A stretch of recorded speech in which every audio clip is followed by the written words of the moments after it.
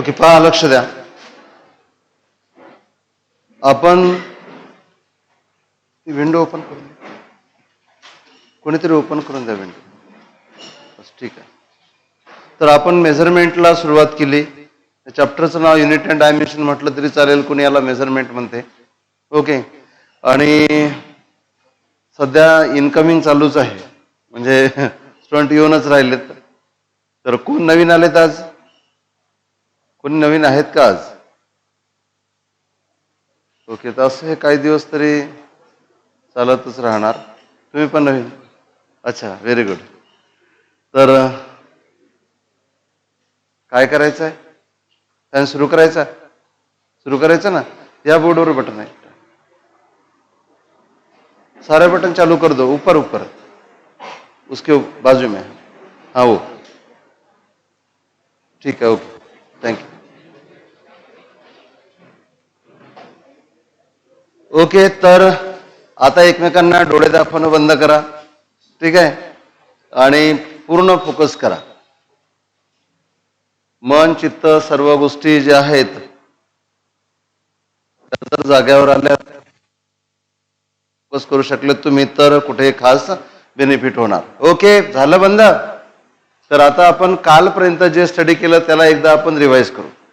सुरुवातीला अगदी थोडक्यात, आता तुम्ही बोर्डवर पण लिहिणार नाही, फक्त जे नवीन आहेत त्यांनी समजून घ्यायचं की ही रिव्हिजन आहे. ओके, रिव्हिजन कोणाला समजत असते? रिव्हिजन कोणासाठी असते? ज्यांचं झालेलं आहे त्यांच्यासाठी. मग नवीन लोक पण म्हणतील की आजच आम्हाला काय सांगितलं ते समजलं नाही. असा भ्रम करू नका, ही रिव्हिजन आहे. लक्ष सर्व इकडे 100%. सुरुवातीला आपण पाहिलं मेजरमेंट म्हणजे काय. तर एखाद्या समजा लेंथ आहे तर त्याला मीटर सोबत कम्पेअर करणे, टाइम आहे तर त्याला सेकंड सोबत कम्पेअर करणे, मास आहे तर त्याला किलोग्राम सोबत कम्पेअर करणे. म्हणजे कुठलंही मेजरमेंट करताना आपण काय करत असतो? कंपॅरिझन विथ फिक्स्ड स्टँडर्ड किंवा fixed amount, that is called as unit. Okay, नंतर आपण पाहिलं फिजिकल क्वांटिटी. लक्ष माझ्याकडे लक्ष पाहिजे. तर जे काही मोजल्या जाणार दॅट इज फिजिकल क्वांटिटी, जे काही ॲक्युरेटली मोजल्या जाणार दॅट इज फिजिकल क्वांटिटी. बरोबर आहे. तर anything that can be measured accurately is called as physical quantity. Okay, physical क्वांटिटीचे आपण 3 टाईप पाहिले. पहिली फंडामेंटल फिजिकल क्वांटिटी, जी क्वांटिटी स्वतःहूनच मोजली जाते, जी क्वांटिटी इंडिपेंडेंटली मोजली जाते. बरोबर, जी क्वांटिटी मोजण्यासाठी इतर क्वांटिटीची गरज भासत नाही. The quantity which can be measured independently, बरोबर, whose measurement do not depend upon other quantities is called as fundamental physical quantity. त्यानंतर आपण पाहिली होती डिराइव्ड फिजिकल क्वांटिटी, जी फिजिकल क्वांटिटी, लक्ष माझ्याकडे, जी फिजिकल क्वांटिटी मोजत असताना लक्ष माझ्याकडे, जी मी वर्गातून काढून पण दिलेलं आहे. बरं, आता थोडंसं प्रमाण कमी झालं. अगोदर मी खूप स्ट्रिक्ट होतो की मला थोडंसं इकडे तिकडे पाहिलेलं हल्लेलं चालत नव्हतं. बरोबर ना, आताही नाही चालत. तर म्हणून तुमचं त्यामध्ये नुकसान होणार. तर पहिली आपण पाहिली फंडामेंटल फिजिकल क्वांटिटी. आता डिराइव्ड फिजिकल क्वांटिटी, जी क्वांटिटी मोजण्यासाठी इतर क्वांटिटीची गरज भासते, that is called as derived physical quantity. Quantity whose measurement depend upon other quantities is called as derived physical quantity. More correctly, the quantity whose measurement depend upon fundamental quantities. अशी quantity ज्यांचं measurement fundamental क्वांटिटीवर depend आहे अशा क्वांटिटीला काय म्हणतात? Derived physical quantities. त्यानंतर आपण पाहिल्या होत्या supplementary physical quantity. Supplementary physical quantity मधली पहिली आहे प्लेन अँगल आणि दुसरी आहे सॉलिड अँगल. ओके, सध्या आपल्याला एवढंच माहिती पाहिजे. ओके, हे अगोदर घेतलेलं आहे, परवाला घेतलेलं आहे, काल रिवाइज झालं. परवाला घेताना आपण पूर्ण डिटेल घेतलं, काल लिहिताना घेताना रिवाइज करताना आपण बोर्डवर लिहून घेतलं. आज रिवाइज केलं तर मी फक्त वर्डवली काय म्हणतो आपण फक्त वर्ड्स मध्ये घेतलं किंवा ओरली घेतलं, आणि आणखी एखाद्या वेळेस रिवाइज करताना ना आपण फक्त शब्द वापरून टाकणार, म्हणजे तुमच्या डोक्यामध्ये फ्लॅश करून जाणार, सर्व काही तुम्हाला आठवून जाईल. बरोबर आहे. डेरिव्हेटिव्ह म्हटलं की तुम्हाला आठवते, फंडामेंटल म्हटलं की तुम्हाला आठवते, आणि सप्लिमेंटरी म्हटलं की तुम्हाला सर्व गोष्टी आठवून जातील. समजते का? म्हणजे पहिल्यांदा आपण काय करतो, पूर्ण डिटेल घेतो. दुसऱ्या वेळेस ज्यावेळेस रिव्हिजन असते आपण थोडक्यात बोर्डवर लिहितो. तिसऱ्या वेळेस रिव्हिजनच्या वेळेस फक्त आपण बोलूनच दाखवतो. आणि चौथ्या पाचव्या वेळेस जर काम पडलं ना, शब्द काढला की पूर्ण गोष्टी डोक्यात येऊन जातील, है ना. मध्ये वगैरे टेस्ट वगैरे होतील, त्यामध्ये आणखी रिव्हिजन होणार. नंतर आपण युनिट लिहिला. काल काय लिहिलं होतं आपण? युनिट. युनिट काय असते? एक फिक्स्ड अमाऊंट आहे, एक फिक्स्ड अमाऊंट आहे ज्याचा उपयोग आपण मेजरमेंटसाठी करतो त्याला काय म्हणतात unit. So standard use for measurement of physical quantity is called unit. बघा जे नवीन आहेत त्यांनी सध्या टेन्शन घेऊ नका, काल जे होते त्यांच्यासाठी रिव्हिजन त्यांच्यासाठी आहे. तर युनिट काय आहे standard used for measurement. Measurement कोणाचं measurement of physical quantity. Standard use for measurement of physical quantity is called unit. जा मागे जाऊन बसा. ओके त्यानंतर काय पाहिलं होतं आपण याच्यानंतर लक्ष द्या. याच्यानंतर लक्ष इकडे द्या, लक्ष पूर्ण इकडे. तर एनी स्टँडर्ड याचं मिनिंग समजलं ना तुम्हाला. स्टँडर्ड म्हणजे फिक्स्ड अमाऊंट. जसं 1 सेकंड फिक्स्ड आहे त्याला काय म्हणू शकता तुम्ही स्टँडर्ड. 1 किलोग्रॅम फिक्स्ड आहे याला काय म्हणू शकता स्टँडर्ड. 1 मीटर फिक्स्ड आहे याला काय म्हणू शकता स्टँडर्ड. स्टँडर्ड म्हणजे फिक्स्ड अमाऊंट. या फिक्स्ड अमाऊंटचा उपयोग आपण मेजरमेंट करण्यासाठी करतो म्हणून आपण यालाच काय म्हणतो युनिट. जसं लेनचं युनिट काय झालं मीटर, टाइमचं युनिट काय झालं सेकंड, मासचं युनिट काय झालं किलोग्रॅम. म्हणजे एका शब्दात युनिट काय असते स्टँडर्ड. स्टँडर्ड म्हणजे फिक्स्ड अमाऊंट. स्टँडर्डचा अर्थ समजला ना, कालही सांगितलं होतं स्टँडर्ड म्हणजे फिक्स्ड अमाऊंट ज्याचा उपयोग तुम्ही मेजरमेंटसाठी करता. ओके नंतर तुम्हाला काय सांगितलं होतं की कुठल्याही फिजिकल क्वांटिटीला मोजायचं आहे बरोबर आहे. मग कुठलीही फिजिकल क्वांटिटी लिहायची असेल तर त्याला काय असणार एक न्यूमेरिकल व्हॅल्यू. काय न्यूमेरिकल व्हॅल्यू आणि त्याच्यासोबत काय जोडावं लागणार unit. Numerical value with unit. Multiplication मध्ये लिहिलं तरी चालते. फॉर एक्झाम्पल लक्ष द्या. फॉर एक्झाम्पल लक्ष इकडे, लक्ष माझ्या डोळ्यात डोळे पाहिजे तुमचे. तर लक्ष इकडे. तर फॉर एक्झाम्पल तुम्हाला काय मोजायचं आहे समजा लेंथ मोजायची आणि लेंथ तुम्ही लिहिली असेल काय म्हणून आपण 5 मीटर. ओके 5 काय झालं न्यूमेरिकल व्हॅल्यू आणि एम काय झालं युनिट.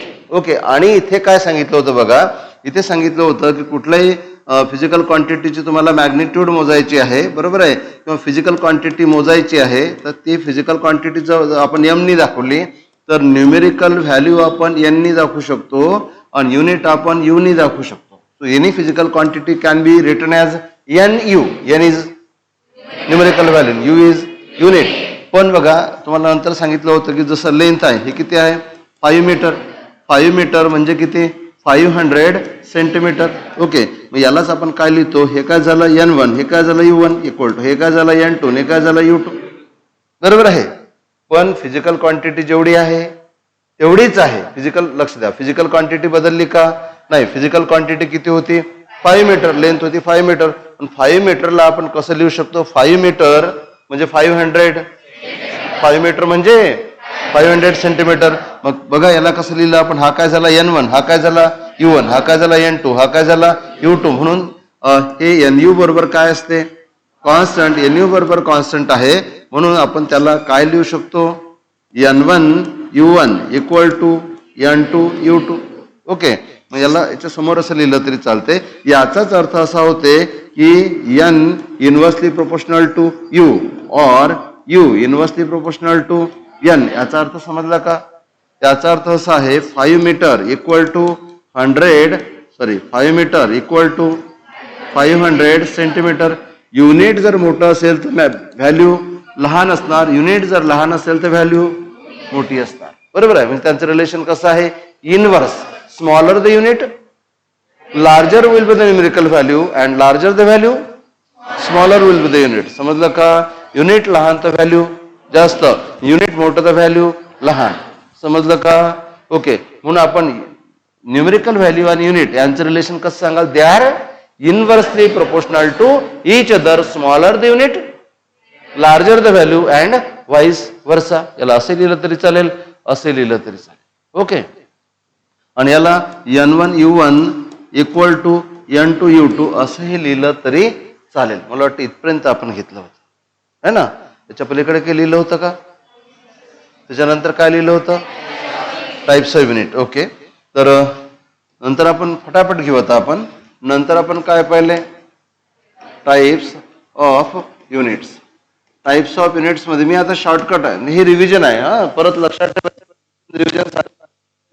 रिव्हिजन पिरियड मध्ये फरक नाही राहिला तर मग आपला स्पीड कसं येईल आपल्याला. ओके पहा नीट लक्ष, पूर्ण लक्ष माझ्याकडे असलं पाहिजे. ओके, तर टाइप्स ऑफ युनिटमध्ये पहिला टाइप घेतला होता आपण MKS युनिट. इथे मिनिंग काय केलं होतं in MKS unit? M stands for metre, metre is the unit of length. Okay, मी शॉर्टकट मध्ये लिहित आहे. K स्टँड्स फॉर किलोग्रॅम आणि kilogram is the unit of mass. Okay, then S stands for second आणि second is the unit of time. ही पहिली system कुठली? MKS system. दुसरी घेतली होती आपण CGS सिस्टीम. ओके, C stands for centimetre, centimetre, centimetre कोणासाठी वापरलं? लेन्ससाठी. G stands for gram, gram कोणासाठी वापरलं? माससाठी. S stands for second. Okay, second कोणासाठी वापरलं? टाइमसाठी. किती सिंपल आहे. ओके, तर हे सेकंड झाली होती. थर्ड काय घेतली होती? FPS system. Okay, F stands for foot, कोणासाठी? लेन्ससाठी, लेंथ मोजायची असेल तर. Okay, P stands for pound, pound मध्ये काय मोजतात? मास. ओके, आणि S स्टँड्स फॉर सेकंड आणि सेकंड मध्ये काय मोजतात? टाइम. ओके, ह्या तीन सिस्टीम आहे. या तीन सिस्टीम मध्ये फक्त तीनच युनिट आहेत. तिन्ही सिस्टीम मध्ये किती युनिट आहेत? लक्ष माझ्याकडे. तीन सिस्टीम मध्ये किती युनिट आहेत? तीनच युनिट आहेत. पण तुम्हाला लक्ष द्या. कहाँ हो गए भाई साहब? तर तीन बसा मागे.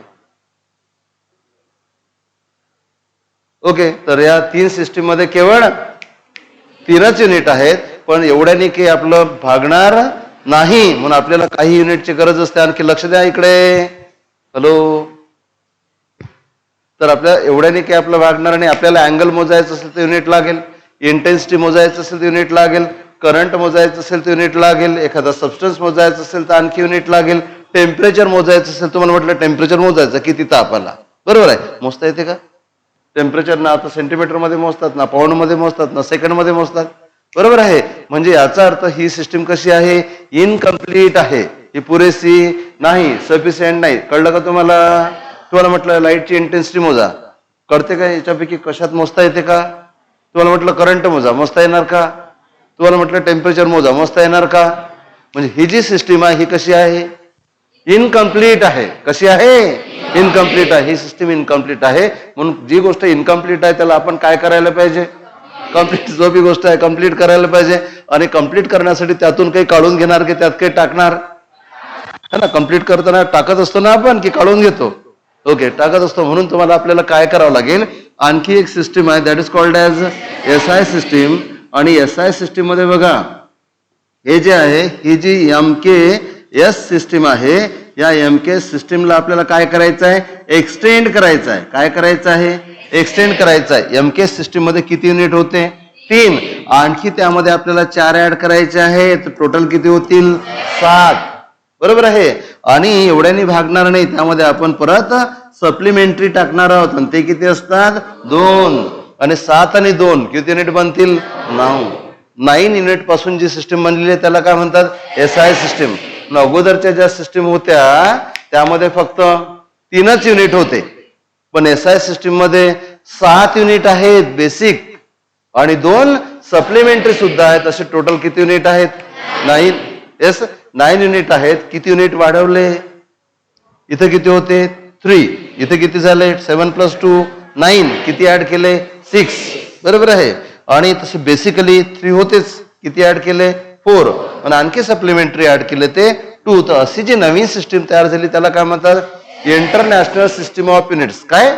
International system of unit. पण त्याला सिस्टीम इंटरनॅशनल डी युनिट्स म्हणतात. System international de units. De म्हणजे द किंवा of. Okay, international system of units. Okay, तर आपण लिहिलं कुठपर्यंत आहे? SI.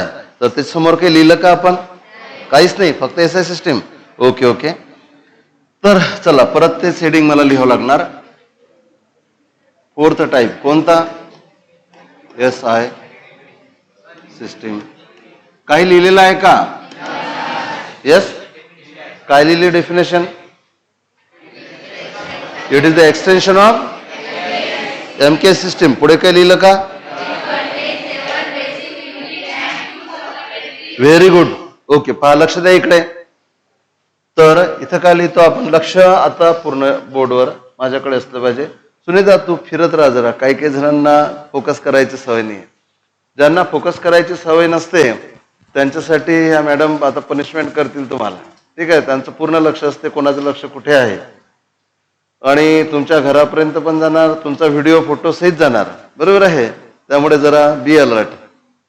तुम्ही काय करता, तुम्ही ते खुर्चीवर करत असाल तर त्याचा पण आमच्याकडे व्हिडिओ आहे, दाखवला तुम्हाला माहित पडेल. बरोबर आहे नाही का. तुम्ही इकडे तिकडे बघत असाल तर तेही आहे. त्यामुळे नखरेने करायचे, मस्त ज्यासाठी आले ते काम करा. ओके, पहा लक्ष द्या इकडे. इकडे लक्ष द्यायचं. तर हे काय आहे, इट इज, एकदा लिहितो, इट इज एक्सटेन्शन. काय? Extension of MKS system. MKS सिस्टीमला मॅट्रिक्स सिस्टीम सुद्धा म्हणतात. तर हे MKS सिस्टीमचं काय आहे, एक्सटेन्शन आहे. बरोबर आहे. तर इट कंटेन किंवा it has 7 base units. Base units कोणाचे असतील, फंडामेंटलचे, अँड 2 सप्लिमेंटरी युनिट्स. ओके, इतकं तर तुम्हाला समजलं ना. याच्यामध्ये काय आहेत, 7 बेस युनिट्स आहेत आणि 2 सप्लिमेंटरी युनिट्स आहेत. आता आपल्याला एक चार्ट तयार करायचा आहे. त्या चार्टमध्ये आपण 7 बेस युनिट, 7 फंडामेंटल क्वांटिटी लिहिणार, त्याचे युनिट लिहिणार, युनिटचे सिम्बॉल लिहिणार. ओके, तर मी एक चार्ट तयार करतो. नंतर पहिले झाल्यानंतर तुम्ही लिहून घ्यायचं, सध्या नाही. ओके, पहा. तर इथे लिहू आपण फंडामेंटल फिजिकल क्वांटिटी. शॉर्टमध्ये लिहिलं तरी चालेल, फंडामेंटल फिजिकल क्वांटिटी. नंतर त्या फंडामेंटल फिजिकल क्वांटिटीचं लिहू आपण SI युनिट. नंतर त्या युनिटचा लिहू आपण सिम्बॉल. ओके, आणि हे SI सिस्टीम आहे. पहिलं जे युनिट असते, पहिली जी फंडामेंटल फिजिकल क्वांटिटी असते ती काय असते, लेंथ. हे तुम्हाला माहितच आहे. लेंथचं युनिट काय असते, मीटर. पूर्ण लिहायचं मीटर. आणि मीटरसाठी सिम्बॉल काय आहे, M. दुसरी जी फंडामेंटल क्वांटिटी आहे लेंथ. बरोबर आहे. आपण काय करतो, असं लिहितो ना, MKS. M काय झालं, मीटर. K काय झालं, किलोग्राम. किलोग्राम म्हणजे मास. ओके, मास युनिट काय असते, किलोग्राम. ओके, किलोग्राम साठी सिम्बॉल आपण काय वापरतो, KG, small K, not capital. Okay, नंतर काय असते, थर्ड टाइमचं युनिट काय असते, सेकंड. आणि सेकंड साठी S वापरायला पाहिजे. काही ठिकाणी SEC वापरतात, SEC, पण हे रॉंग युनिट आहे. माझंही लिहिताना बऱ्याच ठिकाणी होते, पण SEC नाही वापरायचं. पूर्ण एक तर सेकंड लिहायचं किंवा जस्ट S लिहायचं. हे तर कोणते झाले, हे MKS झाले. किती ऍड करायचे याच्यामध्ये, 4 ऍड करायचे. ओके, तर 4 जे ऍड करणार ते कोणते असणार बघा. फोर्थ आहे, लक्ष द्या, इलेक्ट्रिक करंट. कुठला, इलेक्ट्रिक करंट. फक्त करंट नाही लिहायचं. बरोबर आहे. हवा जे दरवाजेतून येऊन राहिली जोराने तो पण हवेचा करंट आहे. पाणी जे वाहत आहे तो पण पाण्याचा करंट आहे. करंट म्हणजे प्रवाह. बरोबर आहे. पण फक्त करंट लिहिलं, तुम्हाला सेन्स होत असेल, माहित असेल तर ठीक आहे, पण फक्त करंटचं मिनिंग काही पण असू शकते, कोणत्याही गोष्टीचा करंट. बरोबर आहे.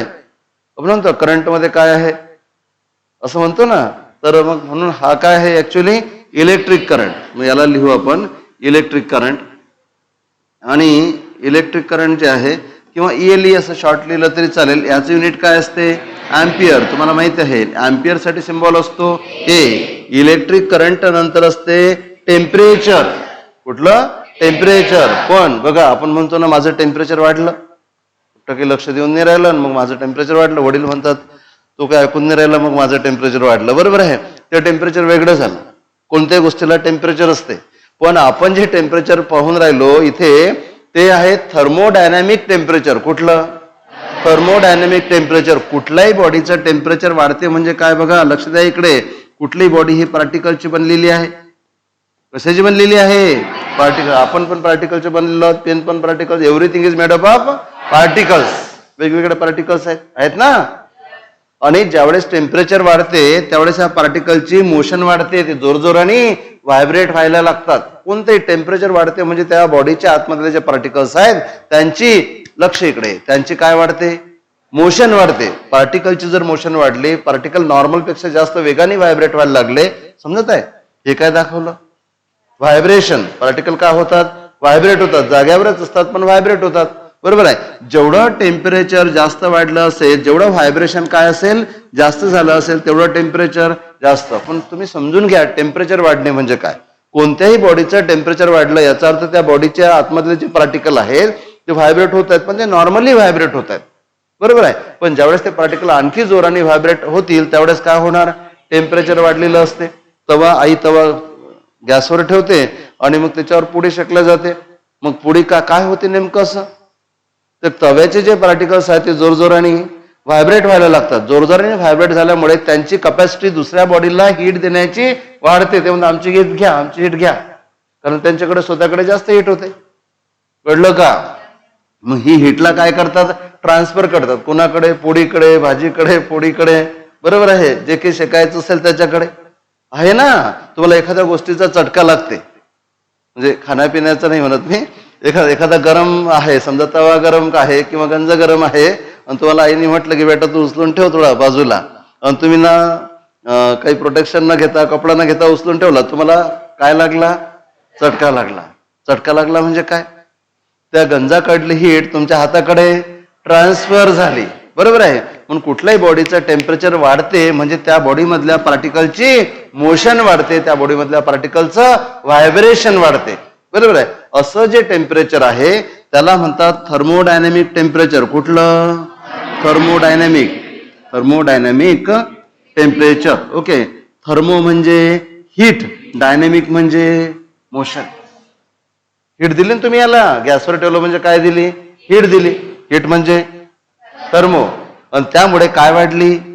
मोशन. मोशन म्हणजे हीट दिल्यामुळे मोशन वाढणे. असं जे टेम्परेचर आहे त्याला काय म्हणतात? Thermodynamic temperature. कळलं का? माहित आहे ना. थर्मो म्हणजे हीट आणि डायनो म्हणजे मोशन, डायनॅमिक म्हणजे मोशन. मग हीट दिल्यामुळे पार्टिकलची मोशन वाढली, व्हायब्रेशनल मोशन वाढली, आणि त्यामुळे जे टेम्परेचर बदललं that is called thermodynamic temperature. बरोबर आहे. नाही तर मग तुम्ही लक्ष नाही दिलं माझं टेम्परेचर वाढलं, दॅट इज नॉट. अरे समजून नका तुम्हाला, लक्ष देणार नाही तर माझं टेम्परेचर वाढेल, that is not thermodynamic temperature. Point clear झाला का? ओके. मग याला जस्ट टेम्परेचर न म्हणता आपण याला काय म्हणू? Thermodynamic temperature. आता लिहायला थोडी जागा कमी आहे पण चालेल. थर्मोडायनॅमिक काय? Thermodynamic temperature. मी खाली लिहितो. सो थर्मोडायनॅमिक टेम्परेचर याचं जे युनिट असते, तुम्ही आतापर्यंत सेंटीग्रेड वापरलं. कुठलं वापरलं? सेंटीग्रेड. पण आता एसआय युनिट मध्ये तुम्हाला वापरायचं आहे केल्विन, के स्मॉल, आणि सिम्बॉल लिहिताना के कॅपिटल. समजलं का? किती युनिट झाले? 5. पण आपल्याला किती पाहिजेत? 7. मग 7 युनिट कोणत्या आहेत ते आपल्याला पाहायचं आहे. ओके. तर 6वं आहे अमाऊंट ऑफ सबस्टन्स. लक्ष द्या. अमाऊंट ऑफ सबस्टन्स 2 प्रकारे मोजता येतो. अमाऊंट ऑफ सबस्टन्स किलोग्रॅम मध्ये मोजता येतो. अमाऊंट ऑफ सबस्टन्स किती ॲटम्स आहेत, किती पार्टिकल्स आहेत त्यामध्ये मोजता येतो. आणि अमाऊंट ऑफ सबस्टन्स मोल मध्ये मोजता येतो. कशामध्ये? मोल मध्ये. बरोबर आहे. किती अमाऊंट आहे? 1 मोल, 2 मोल. तुम्ही ऐकलं का हे मोल? Amount of substance. आणि याचं युनिट काय असणार? मी एसयूबी लिहितो, काय तुम्ही पूर्ण कराल. याचं युनिट काय असणार? मोल. MOLE. काय? MOLE. याचं सिम्बॉल आहे तो आहे MOL. जस्ट MOL हा सिम्बॉल आहे. झाला अमाऊंट ऑफ सबस्टन्स. 1 मोल, 2 मोल, 3 मोल, 10 मोल. आणि थोडं समजून घ्या. अमाऊंट ऑफ सबस्टन्स मोल जे आहे, जसं आपण थर्मोडायनॅमिक टेम्परेचरला समजून घेतलं तसंच आपण थोडक्यात मोललाही समजून घेऊ. ओके. तर कसं समजून घेऊ? सॉरी मी गेला नाही, चिंता नका करू, आहे ते. तर मोल म्हणजे काय? लक्ष द्या. तर कुठल्याही सबस्टन्सचा जर तुम्हाला काय घ्यायचं असेल, 1 मोल सबस्टन्स घ्यायचा असेल, कुठलाही सबस्टन्स किती घ्यायचा आहे? 1 मोल तुम्हाला सबस्टन्स घ्यायचा आहे. ओके. तर काय असेल बघा, लक्ष द्या इकडे. काय असेल 1 मोल सबस्टन्स म्हणजे काय असेल? तर बघा 1, आणि वेगवेगळ्या तऱ्हेने याला डिफाईन करता येते. तर 1 पॉइंट, तुम्हाला अवेगाटोज नंबर वगैरे माहिती आहे का? किती असते सांगा बरं? हा.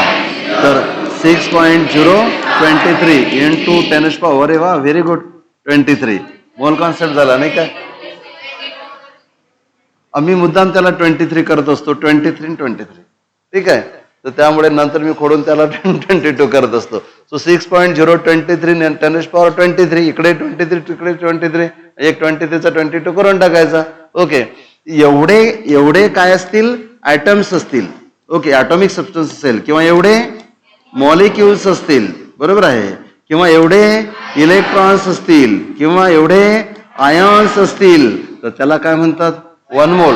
1 मोल मध्ये क्वांटिटी फिक्स्ड आहे बरोबर आहे. अमाऊंट ऑफ युनिट्स फिक्स आहे बरोबर आहे. समजा हिलियम असेल तर हिलियमचे काय असतात ऍटम्स. ओके वॉटर असेल तर वॉटरचे काय असतात मॉलिक्युल्स. ओके समजलं का. तर म्हणून तुम्हाला काय मोजायचे फक्त ऍटम्स मोजायचे आहेत किंवा केवळ मॉलिक्युल्स मोजायचे आहेत किंवा केवळ आयन्स मोजायचे आहेत किंवा केवळ इलेक्ट्रॉन्स मोजायचे आहेत. आणि एवढे जर असतील एवढे ऍटम्स असतील in case of atomic substance लक्ष इकडे एवढे मॉलिक्युल्स असतील in case of molecular substance एवढे इलेक्ट्रॉन्स असतील किंवा एवढे पार्टिकल्स असतील किंवा एवढे काय म्हणून आपण बॉल्स असतील एवढे काही पण असतील युनिट तर एवढे जर असतील तर त्याला काय म्हणतात 1 मोल. So 1 mole of any substance लक्ष द्या इकडे 1 mole of any substance content this much amount of units. Units कोणाला म्हटलं मी एकतर ॲटम असेल एकतर मॉलिक्युल असेल एकतर इलेक्ट्रॉन असेल किंवा एकतर आयन असेल. क्लिअर. म्हणजे कुठलाही सबस्टन्स जो 1 मोल असतो त्यामध्ये पार्टिकलची संख्या फिक्स्ड असते. 1 मोल मध्ये पार्टिकलची संख्या फिक्स्ड असते. ते लिक्विड असो की सॉलिड असो की गॅस असो की आयन्स असो की इलेक्ट्रॉन्स असो की आणखी काहीतरी असो की फोटॉन्स असो 1 मोल जर घेतले त्यामध्ये एवढेच युनिट येतील. किती येतील 6.023 इंटू 10⁻23 23ला 22 करून टाकले इकडे नाही इकडे. ओके सो 6.022 इंटू 10⁻23 एवढे ॲटम्स किंवा एवढे मॉलिक्युल्स किंवा एवढे इलेक्ट्रॉन्स किंवा एवढे आयन्स म्हणजे काय झालं 1 मोल. आणखी तुम्हाला माहित असेल की समजा काय आहे एनटीपी तुम्हाला माहित नाही सध्या पण मी थोडक्यात तुम्हाला सांगतो. एनटीपी म्हणजे नॉर्मल टेम्परेचर अँड प्रेशर. काय normal temperature and pressure. Normal temperature and pressure म्हणजे टेम्परेचर असेल 0 डिग्री सेंटीग्रेड आणि प्रेशर असेल 1 ॲटमॉस्फिअर. बघा आता शिकवलं आहे तुम्हाला मी म्हणून बेसिक झालेलं पाहिजे कुठे ना कुठे नाही तर अडवणार. तुला माहिती आहे ॲटमॉस्फिअरचं जे काही प्रेशर असणार दॅट इज ॲटमॉस्फेरिक प्रेशर. या normal temperature and pressure normal temperature किती 0 डिग्री सेंटीग्रेड आणि नॉर्मल प्रेशर किती 1 ॲटमॉस्फिअर. अशा 22.4 लिटर असेल तर तो असतो 1 मोल. किती असतो 1 मोल. मॉलिक्युलर वेट माहितीये का तुम्हाला मॉलिक्युलर वेट माहितीये ना. आणि समजा वॉटरचं मॉलिक्युलर वेट किती आहे सांगा बरं किती आहे. यस 18. मग 18 मॉलिक्युलर वेट एवढे ग्रॅम जर असेल तोही काय असतो 1 मोल असतो. 1 मोलची सर्वात बेसिक डेफिनेशन ही आहे एवढे पार्टिकल्स असले म्हणजे 1 मोल. एवढे म्हणजे केवढे 6.022 इंटू 10⁻23 एवढे युनिट्स असतील तर तो काय असतो 1 मोल. आणि मॉलिक्युलर वेट जेवढा आहे इथे 18 नाही 18 काय झालं मॉलिक्युलर वेट. कुठल्याही सबस्टन्सचा जेवढा मॉलिक्युलर वेट असेल तेवढे जर ग्रॅम असतील तर त्यालाही काय म्हणतात समजलं का. जेवढं मॉलिक्युलर वेट तेवढेच ग्रॅम. मॉलिक्युलर वेट 5 असेल तर 5 ग्रॅम. लक्ष इकडे बेटा मॉलिक्युलर वेट 5 असेल तर 5 ग्रॅम म्हणजे 1 मोल. मॉलिक्युलर वेट 16 असेल तर 16 ग्रॅम म्हणजे 1 मोल. मॉलिक्युलर वेट 2 असेल तर 2 ग्रॅम म्हणजे 1 मोल. मॉलिक्युलर वेट जेवढं असेल तेवढे ग्रॅम म्हणजे मी 1 मोलच्या तुम्हाला किती डेफिनेशन सांगितल्या 3 सांगितल्या. एवढे आयटम असतील म्हणजे 1 मोल. मॉलिक्युलर वेट जेवढेही असेल समजण्याचा प्रयत्न करा. ज्यांचं लक्ष अर्धवट असते त्यांना बरोबर समजत नाही बरोबर आहे पण त्यांना वाटते सरांना जमत नाही. जेवढं मॉलिक्युलर वेट असेल तेवढे ग्रॅम. हे 18 एक्झाम्पल म्हणून लिहिलं. जेवढं मॉलिक्युलर वेट असेल तेवढे ग्रॅम जर घेतले तर त्याला काय म्हणतात 1 मोल. आणि गॅसच्या बाबतीत फक्त कंडिशन लागू आहे. गॅसच्या बाबतीत कंडिशन लागू आहे. कंडिशन कोणती आहे एनटीपी. एनटीपी म्हणजे normal temperature and pressure. Normal temperature किती 0 degree centigrade. What is the normal pressure 1 atmosphere. सध्या नॉर्मल कंडिशन मध्ये जे प्रेशर आहे ॲटमॉस्फिअर मध्ये दॅट इज कॉल्ड 1 ॲटमॉस्फिअर. अशी कंडिशन असेल आणि तो जर गॅस 22.4 लिटर असेल तर तो किती झाला 1 मोल. कळलं का? मग 1 मोलच्या किती डेफिनेशन सांगितल्या 3. मॉलिक्युलर वेट एवढे ग्रॅम म्हणजे 1 मोल. एनटीपीला 22.4 लिटर 22.4 लिटर गॅस, पण कोणत्या कंडिशनला एनटीपीला एवढा जर गॅस असेल तो काय झाला 1 मोल. आणि कुठल्याही सबस्टन्सचे जर एवढे पार्टिकल असतील तर काय झालं 1 मोल. कळलं का? आता यावर खूप कनेक्शन जोडता येते. तुम्हाला म्हटलं असेल की एनटीपीला ना 18 ग्रॅम वॉटर आहे, बरोबर आहे एनटीपीला, आणि वॉटर कशाला समजा त्याची वेपर झाले तर त्याचे किती लिटर होतील. 1 मोल कोणताही सबस्टन्स असेल तो जर गॅसियस फॉर्म मध्ये असेल आणि तो जर एनटीपीला असेल त्यामध्ये एवढे पार्टिकल्स असतील, मॉलिक्युलर रेट एवढे ग्रॅम असतील, एवढं त्याचं व्हॉल्यूम असेल जर तो गॅस असेल. मी थोडं आणखी बदलून सांगतो, पहा. बदलून असतं जमलं पाहिजे.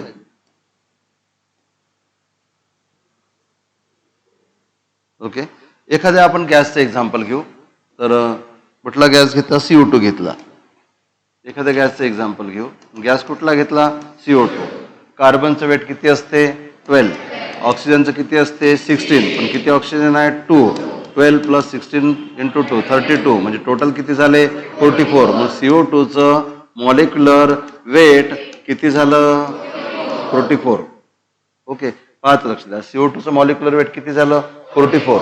आता बघा, आणि हा गॅस कोणत्या कंडिशनला आहे एनटीपीला, म्हणजे 44 ग्रॅम CO2 घ्या की 22.4 लिटर CO2 घ्या किंवा 6.022 × 1023 CO2 मॉलिक्युल्स घ्या. बरोबर आहे. काही घेतलं तरी काय झाला 1 मोल. समजलं का? म्हणजे 44 ग्रॅम CO2 असेल तरी 1 मोल. 22.4 लिटर 22.4 लिटर CO2 असेल तरी 1 मोल, आणि एवढे CO2 चे मॉलिक्युल्स असतील तरी 1 मोल. तुम्हाला काय करतील माहिती आहे का? एवढे मॉलिक्युल्स आहेत, सांगा त्याचं व्हॉल्यूम किती.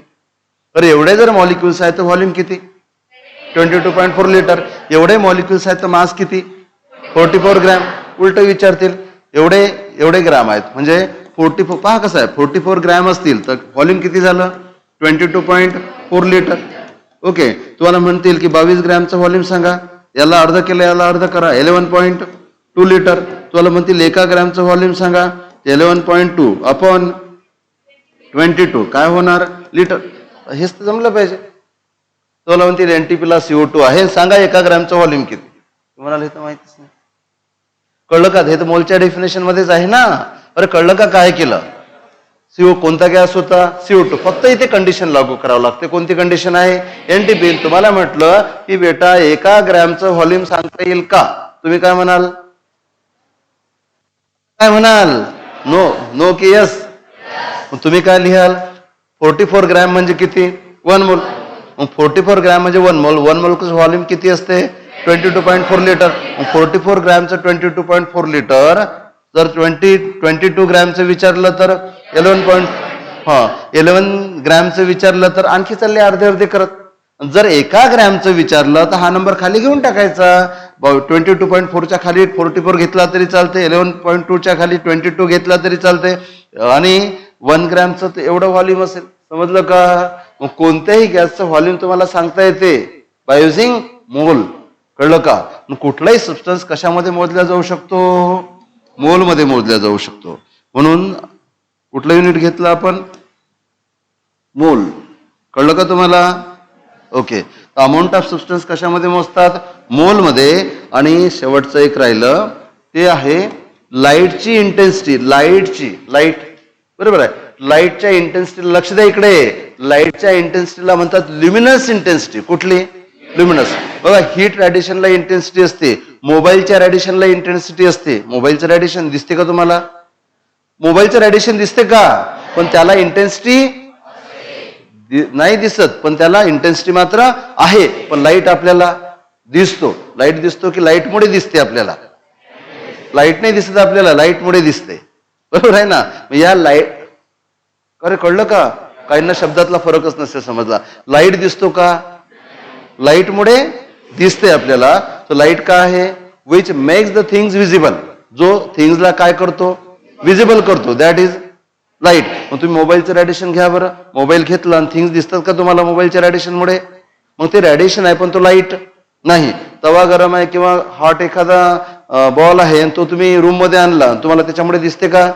त्याच्यापासून जे मिळते तो लाईट नाही, ते रेडिएशन तुम्ही म्हणू शकता. लाईट एक प्रकारचं रेडिएशन आहे, पण लाईट असं रेडिएशन आहे ज्यामुळे आपल्याला वस्तू दिसतात, बरोबर. ज्यामुळे दिसते तो काय झाला? लाईट. आणि तो लाईट त्याची इंटेन्सिटी मोजायची आहे. बघा ना, एक छोटा ट्यूबलाईट लावला तर इंटेन्सिटी कमी असेल, हे सगळे लाईट लावले तर इंटेन्सिटी जास्त असेल. तुम्ही घरी झोपताना झिरो लाईट लावता त्याची इंटेन्सिटी कमी असते. प्रोग्राम असला फोकस लावता त्याची इंटेन्सिटी जास्त असते. मग झिरो लाईटची इंटेन्सिटी कमी, ट्यूबलाईट लावला तर इंटेन्सिटी जास्त, खूप सारे ट्यूबलाईट लावला तर आणखी इंटेन्सिटी जास्त, फोकस लावला तर आणखी जास्त. कळलं का? म्हणून या इंटेन्सिटीला म्हणतात ल्युमिनस. काय?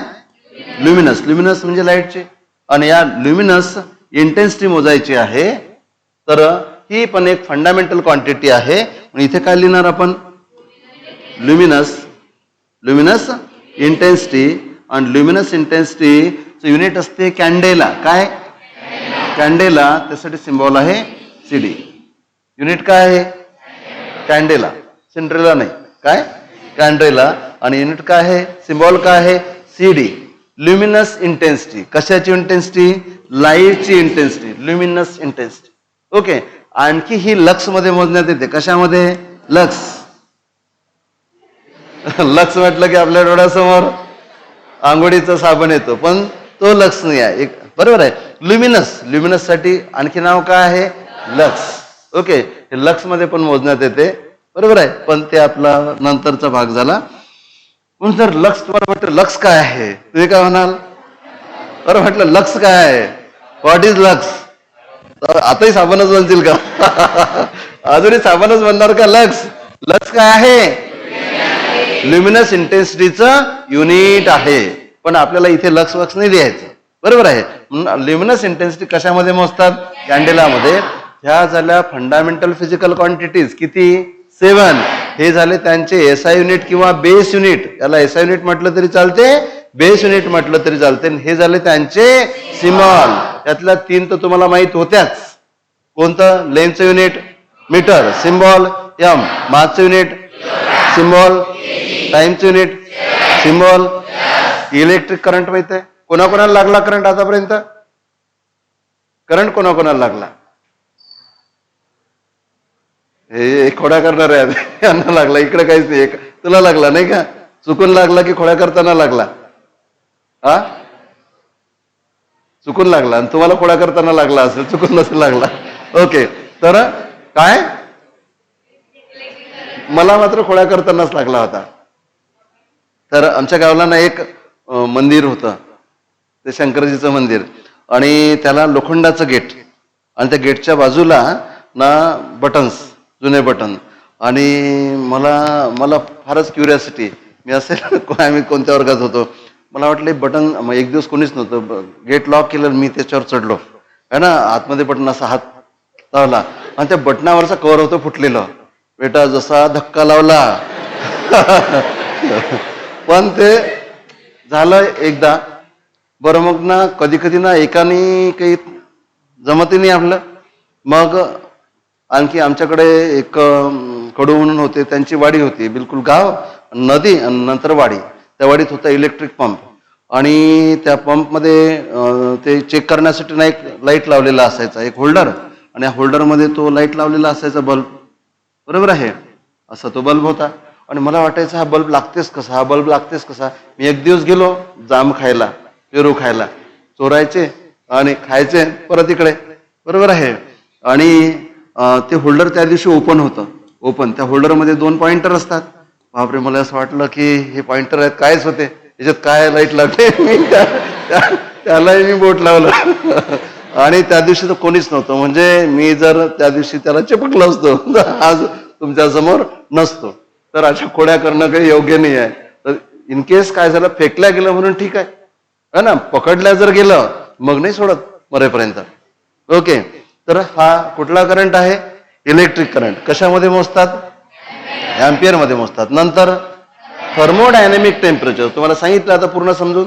थर्मो म्हणजे हीट, डायनेमिक म्हणजे मोशन. हीट दिल्यामुळे पार्टिकलची मोशन वाढते आणि ती मोशन वाढल्यामुळे जे टेम्परेचर असते त्याला काय म्हणतात, थर्मोडायनेमिक टेम्परेचर. कशामध्ये मोजतात? केल्विन मध्ये. It can be measured in degree centigrade also. बरोबर आहे. आणखी अनेक युनिट मध्ये मोजता येते. आणि यासाठी सिम्बॉल काय? कॅपिटल के. केल्विन लिहिताना के स्मॉल, इथे के कॅपिटल. नंतर काय मोजायचं आहे? Amount of substance. Amount of substance unit काय? मोल. सिम्बॉल काय? MOL. तुम्हाला मोलही सांगितलं. मोल किती प्रकारे एक्सप्रेस करता येते? 3 प्रकारे. In terms of volume, in terms of particles आणि in terms of molecular weight. बरोबर आहे. असं याला एक्सप्रेस करता येते. नंतर ल्युमिनस इंटेन्सिटी. ल्युमिनस इंटेन्सिटी म्हणजे लाईटची इंटेन्सिटी. याचे युनिट काय असते? कॅन्डेला. सिम्बॉल काय असतो? CD. सी स्मॉल काढायचा. ओके, चला एवढं लिहून घ्या.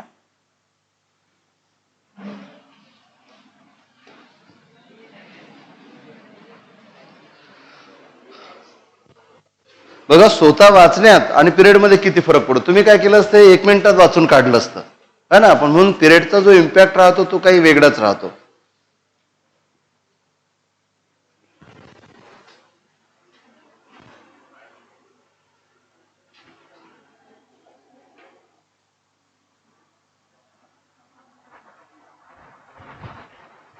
व्यवस्थित लिहा.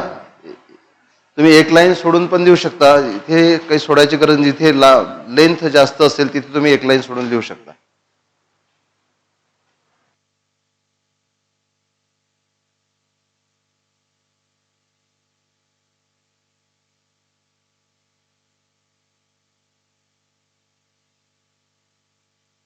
फिजिक्स बोर सब्जेक्ट आहे का? No, not at all.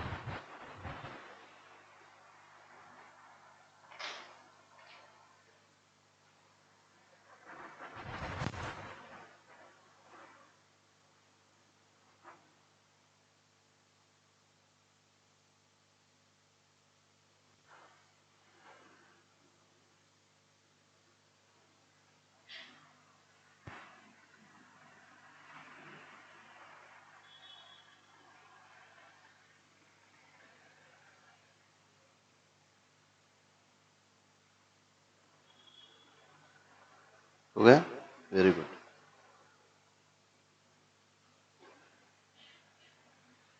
काही काही जण इतके सिस्टमॅटिक लिहितात यार असं, आणि फटाफट पण. दोन्ही गोष्टी महत्वाच्या आहेत. सिस्टमॅटिक लिहिल्या गेलं पाहिजे आणि स्पीडी असला पाहिजे. एम लिहिताना, मीटरचा एम लिहिताना एम स्मॉल काढायचा बरं, कॅपिटल नको आहे. पूर्ण जे युनिट लिहिलेले आहेत त्यांचे इनिशियल लेटर फुल फॉर्म मध्ये लिहिताना स्मॉल लेटर आहेत. कोणत्याच युनिटचं लेटर सुरुवातीला कॅपिटल नसते फुल फॉर्म लिहिताना.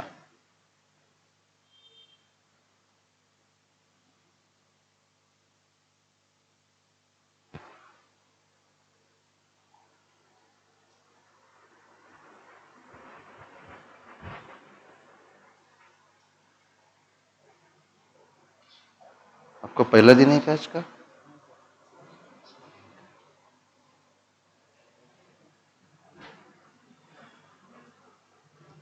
लिहिना फटाफट जरा. करा करा फटाफट लिहा, उशीर होता आपल्याला.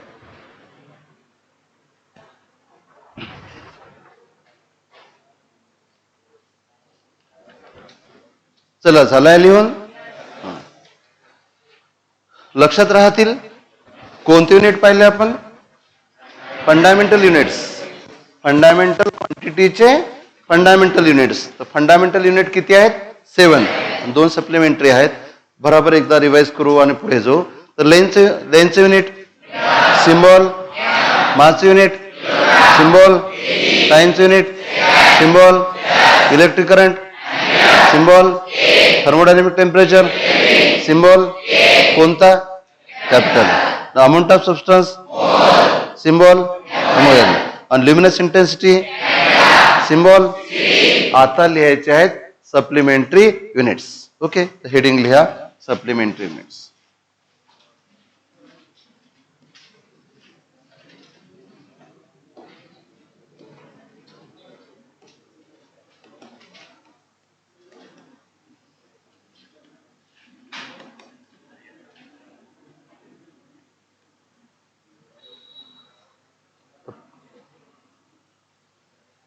इथे लिहू आपण फिजिकल क्वांटिटी.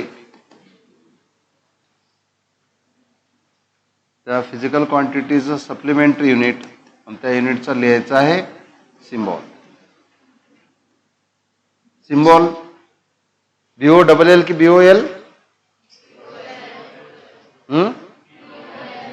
हा, तर BOL. तर काय लिहिणार इथे? Plane angle. Plane angle unit काय असते प्लेन अँगलचं? Radian. Radian SI unit. Okay, radian. आणि सिम्बॉल काय असतो? रॅड. फक्त रॅड लिहिलं तरी चालेल, किंवा ऑर असं हे काढतात आणि त्याच्या डोक्यावर C लिहितात. म्हणजे समजा पाय आणि डोक्यावर C. डोक्यावर C तर समजणार नाही सध्या, पण हे व्हिडिओमध्ये येऊन गेलं. आता फक्त रॅड लिहू आपण. दुसरा काय आहे? Solid angle. आणि सॉलिड अँगलचं युनिट काय असते? स्टेरॅडियन.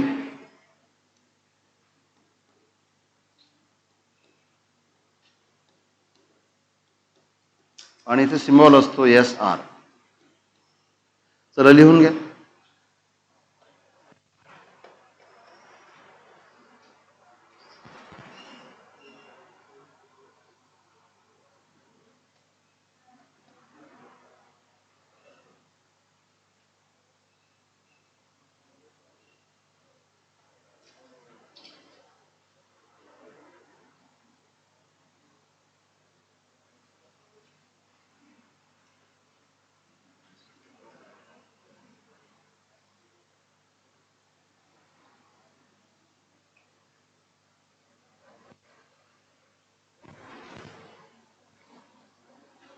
ठीक आहे. तर आपण काय पाहिलं? SI system of unit. So SI system content 7 basic units and 2 supplementary units. इथे SI सिस्टीम पूर्ण केली आपण. किती टाइप्स ऑफ सिस्टीम्स आहेत? किती types of system of units आहेत? 4. एक MKS, दुसरी CGS, तिसरी FPS आणि चौथी SI. आणि पूर्ण जगामध्ये जी वापरली जाते ती SI सिस्टीम आहे. म्हणून याला सिस्टीम इंटरनॅशनल दी युनिट्स म्हणतात. International system of units. कळलं का तुम्हाला? पण तुम्हाला काय वाटते की आपण जेवढे युनिट्स लिहिले तेवढेच युनिट आहेत का? आणखी काही प्रॅक्टिकल युनिट्स आहेत. काय प्रॅक्टिकल युनिट्स? आणि ते आपल्याला माहिती असले पाहिजेत. मी तुम्हाला थोडक्यात एक्सप्लेनेशन देतो. नंतर आपल्याला या सर्वांमधलं रिलेशन पाहायचं आहे. ओके, तर हेडिंग लिहा सम प्रॅक्टिकल युनिट्स.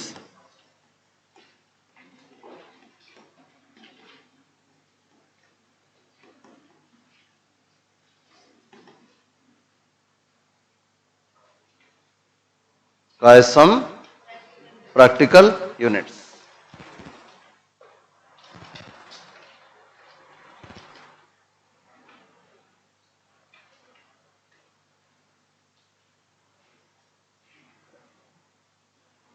आता पहा काय करणार आपण. पहिल्यांदा ना आपण फक्त लेन्थचा विचार करू. कशाचा विचार करू? लेन्थचा. नीट लक्ष द्यायचं. कशाचा विचार करणार आपण? लेन्थचा. आता ऐका बरोबर. इकडे बघा, लेन्थ तुम्ही कशामध्ये मोजता? मीटर मध्ये मोजता. Small M. तर लक्ष इकडे. तुम्हाला म्हटलं की या पेनची लेंथ मोजाल, मीटर मध्ये मोजाल का? कशामध्ये मोजाल? सेंटीमीटर. लक्ष इकडे, पूर्ण लक्ष इकडे. मीटर पेक्षा लहान कोण असते? सेंटीमीटर. आणि तुम्हाला म्हटलं की हे जे टोक आहे याची थिकनेस मोजाल सेंटीमीटर मध्ये मोजाल का कशामध्ये मोजाल मिलीमीटर बरोबर आहे. आणि पेजची थिकनेस मोजायची आहे पेज तुमचं वहीचं पेज त्याची थिकनेस मोजायची आहे ती मोजतात मायक्रोमीटर याला मायक्रॉन सुद्धा म्हणतात. आणखी लहान असेल तर नॅनोमीटर त्यापेक्षा लहान असेल तर अँगस्ट्रॉंग. अँगस्ट्रॉंग मध्ये काय मोजतात ऍटमची साईज मोजतात. ऍटमची साईज कशामध्ये मोजतात अँगस्ट्रॉंग. ऍटम माहिती आहे तुम्हाला सेंटरला काय असतो न्यूक्लियस त्याभोवती इलेक्ट्रॉन फिरत असतात पूर्ण काय बनला ऍटम. ऍटमची साईज मोजायची असेल तर अँगस्ट्रॉंग मध्ये पण ऍटमच्या आतमध्ये न्यूक्लियस आहे न्यूक्लियस त्याच्यापेक्षा लहान आहे आणि त्याची साईज मोजायची असेल तर ती मोजतात फर्मी मध्ये. कशामध्ये फर्मी मध्ये कळलं का. जनरली आपण काय वापरतो मीटर मीटरपेक्षा लहान सेंटीमीटर सेंटीमीटरपेक्षा लहान मिलीमीटर त्यापेक्षा लहान मायक्रोमीटर त्यापेक्षा लहान नॅनोमीटर त्यापेक्षा लहान अँगस्ट्रॉंग. अँगस्ट्रॉंग मध्ये ॲटॉमिक साईज मोजतात आणि अँगस्ट्रॉंग पेक्षा ॲटमच्या आतमध्ये काय असतो न्यूक्लियस आणि त्याची साईज जर मोजायची असेल तर प्रॉपर युनिट काय आहे फर्मी. आपण प्रॉपर युनिट वापरत असतो काय वापरतो प्रॉपर युनिट. कळते का तुम्हाला. लेंथ पेनची लेंथ मोजायची आहे तर मीटर मध्ये नाही मोजणार सेंटीमीटर मध्ये मोजणार बरोबर आहे. या टोकाची लेंथ मोजायची असेल सेंटीमीटर मध्ये नाही मोजणार कशामध्ये मोजणार मिलीमीटर मध्ये बरोबर आहे. आणि त्याच्यापेक्षा आणखी जर लहान असेल तर कशामध्ये मोजणार मायक्रोमीटर मध्ये. त्याच्यापेक्षा आणखी लहान असेल तर इतका लहान आहे की एका ऍटमची साईज मोजायची आहे तर कशामध्ये मोजणार अँगस्ट्रॉम. कशामध्ये अँगस्ट्रॉम लिहून देतो मी नंतर. त्याच्यापेक्षा लहान कोण असतो ऍटमपेक्षा लहान न्यूक्लियस आणि त्याची साईज मोजायची तर कशामध्ये मोजणार फर्मी. म्हणून आपण प्रॉपर युनिट वापरत असतो बरोबर आहे. तुम्ही सोन्याची अंगठी आणली तुम्ही सांगणार की इतक्या किलोची आहे तर किलो मध्ये सांगणार का कशामध्ये सांगणार ग्रॅम मध्ये. काय वापरलं किलो ही मासच युनिट आहे आणि ग्रॅम ही मासच युनिट आहे. काय वापरलं बरोबर आहे प्रॉपर युनिट वापरलं. मी या अंगठीचा एक छोटासा तुकडा काढला बरोबर आहे छोटासा तुकडा काढला कशामध्ये मोजणार मिलीग्रॅम मध्ये ग्रॅम मध्ये नाही सांगणार. म्हणून आपण काय वापरत असतो प्रॉपर युनिट. ओके तर तुम्ही मीटर वापरलं. आता दोन सिटीज मधलं अंतर तुम्हाला मोजायच्या. दोन सिटीज आहेत दोन शहर आहेत जसं इथे अकोट आहे आणि अकोट पासून निघाले कुठे पोहोचले अकोला पोहोचले. किती अंतर आहे किती अंतर आहे अकोट अकोला 45 किलोमीटर. कोणी सांगितलं का अकोट अकोला इतके सेंटीमीटर अकोट अकोला एवढे मीटर ऐकलं तरी का कधी बरोबर आहे. कशामध्ये ऐकलं नेहमी किलोमीटर. वाय सुटेबल युनिट काय सुटेबल प्रॉपर म्हणू शकता किंवा काय वापरू शकता तुम्ही सुटेबल युनिट्स तुम्हाला वापरायचे आहे. सुटेबल म्हणजे जे सूट होत असेल तेच वापरा बरोबर आहे. मला माझं वेट सांगायचंय ग्रॅम मध्ये सांगणार का नांदेड सर एवढ्या ग्रॅमचे असं कोणी सांगणार नाही. कशामध्ये सांगणार किलोग्रॅम मध्ये. कोणते युनिट वापरत असता सुटेबल युनिट. ओके दोन सिटीज मधलं अंतर मोजायचं आहे दोन गावांमधलं अंतर मोजायचं आहे तर कशामध्ये मोजतात किलोग्रॅम सॉरी किलोमीटर मध्ये मोजतात है ना. समुद्रामध्ये अंतर मोजायचं आहे. समजा हे जहाज आहे समुद्रामध्ये आणि या जहाजाला सांगायचं आहे की ते कोस्टल एरियापासून किंवा एखादा काय म्हणू आपण सिटी आहे मुंबई आहे किंवा काहीतरी गोवा आहे बरोबर आहे यापासून किती अंतरावर जहाज आहे. जहाज असं नसते मला कब्बशी काढली जहाज म्हणतात. ओके तर हे जे तुम्हाला अंतर मोजायचं हे मोजतात नॉटिकल माइल्स मध्ये. कशामध्ये नॉटिकल माइल्स. ओके एक नॉटिकल माइल म्हणजे किती किलोमीटर तुम्ही शोधून काढायचं कशामध्ये मोजतात नॉटिकल माइल्स मध्ये. कळते का. पण समजा तुम्हाला मोजायचं आहे की सन आणि अर्थ यांच्यामधलं अंतर कशामधलं इकडे काय आहे सन आणि इथे काय आहे मून किंवा अर्थ बरोबर आहे यांच्यामधलं अंतर मोजतात कशामध्ये मोजतात किलोमीटर मध्येच मोजतात. ओके पण लक्ष द्या पण समजा काय म्हणू आपण अर्थ आहे आणि दुसरा एखादा स्टार आहे दुसरा स्टार डिस्टंट स्टार. दुसरा स्टार म्हणजे आपल्या सोलर सिस्टीमच्या बाहेरचा तर किलो हो साहेब स्टार कुठे आहे आपल्या सोलर सिस्टीमच्या बाहेर की आपल्या सोलर सिस्टीम मध्येच आहे. आपल्या सोलर सिस्टीम मध्ये केवळ एकच आहे तो आपला आहे बरोबर आहे. एवढा मोठा स्टार पण आपला आहे. बाजूचा प्लॉट असेल त्याला आपण आपला नाही म्हणत. बाजूला प्लॉट आहे आपला म्हणतो का आपला प्लॉट आहे पण एवढा मोठा स्टार आहे सन. सन कोणाचा आपला आहे. ओके तर तो आपल्या सिस्टीमचा स्टार झाला पण दुसऱ्या सोलर सिस्टीम मध्ये एक स्टार आहे आणि आपल्या अर्थ पासून त्याचं अंतर मोजायचं आहे तर तो कशामध्ये मोजतात लाईट इयर मध्ये मोजतात. लाईट इयर म्हणजे काय लाईट एका वर्षात जेवढं अंतर चालून जातो ते काय लाईट इयर बरोबर आहे. म्हणून कशामध्ये मोजतात लाईट इयर मध्ये मोजतात. कळते का? म्हणून वेगवेगळ्या काय वापरत असतो आपण? वेगवेगळे सुटेबल युनिट्स वापरत असतो. बरोबर आहे. म्हणून प्रॉपर आपण एसआय युनिट कोणतं घेतलं? मीटर. मीटर पेक्षा लहान, त्यापेक्षा लहान, त्यापेक्षा लहान, त्यापेक्षा लहान, मीटर पेक्षा मोठं किलोमीटर. किलोमीटर नंतर माईल्स मध्ये सुद्धा वापरतात. माईल्स इंग्रज आले ना, त्यांच्या देशामध्ये माईल्स मध्ये अंतर मोजायचे. आणि 1 माईल इक्वल टू जवळपास 1.6 किलोमीटर. 1.5 किलोमीटर पेक्षा थोडस जास्त.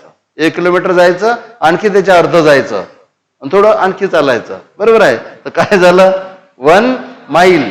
बरोबर आहे. पण आता जनरली माईल्स मध्ये काही मोजत नाहीत. आपण अंतर कशामध्ये मोजतो? किलोमीटर मध्ये. समुद्रामधलं अंतर नॉटिकल माईल्स मध्ये. कशामध्ये मोजतात? Nautical mile. समुद्रामध्ये अंतर मोजायचे असतील तर ते आपला माईल चालत नाही आणि किलोमीटर सुद्धा चालत नाही. ओके. जसं नेपाळमध्ये गेले तर तिथलं करन्सी वापरावं लागते. अमेरिकेत गेले तर डॉलर वापरावं लागते, है ना. तुम्हाला अमेरिकेत जाल आणि रुपयाची गड्डी घेऊन जाल, 2000 रुपयाची नोट, ते फेका तिकडे, आमच्या काही कामाची नाही, नाही का? युनिटचंही तसं आहे. प्रत्येक ठिकाणी प्रॉपर युनिट वापरतात. तर समुद्रामधले अंतर मोजण्यासाठी नॉटिकल माईल. लाईट इयर कशासाठी? अर्थ आणि इतर स्टार्स जे आहेत त्यांच्यामधलं अंतर मोजण्यासाठी काय वापरतात? लाईट इयर वापरतात. बरोबर आहे. कळते का तुम्हाला? आणखी एक युनिट असते, दॅट इज पॅरासेक. काय? पॅरासेक. तेही अंतर मोजण्यासाठीच वापरतात. तर उद्या आपण ना हे अदर युनिट्स जे आहेत हे चांगल्या तऱ्हेने स्टडी करून लिहून सुद्धा घेऊ.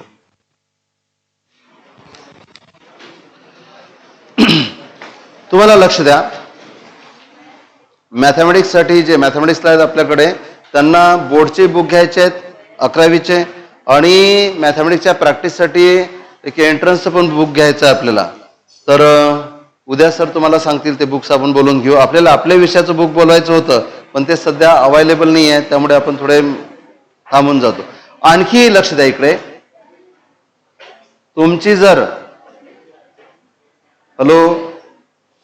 गडबडवाले मंडळी, तुमची जर अभ्यास करायची तयारी असेल तर तुम्ही बेस्ट बुक वापरू शकता. सेल्फ स्कोरर किंवा त्याला युनिव्हर्सल पब्लिकेशनचं बुक म्हणतात. तुम्ही म्हणत असाल तर आपण ते बोलून घेऊ. पण त्याच्यामध्ये खूप सारे क्वेश्चन आहे. एका चॅप्टरवर जवळपास 1500 वगैरे इतके क्वेश्चन्स आहेत. 1500 क्वेश्चन्स पर चॅप्टर. 1000 क्वेश्चन्स आहेत. ऍटलिस्ट 1000 तर आहेतच आहेत. मल्टिपल चॉईस क्वेश्चन आहे का हिंमत? अरे आहे का? मी आहे तुमच्यासोबत. आज त्याचा व्हॉल्यूम नसतात बघत, आहे ना. ते जमायला लागलं, कॉन्सेप्ट जमायला लागले, पाहिल्याबरोबर आन्सर मिळते तुम्हाला.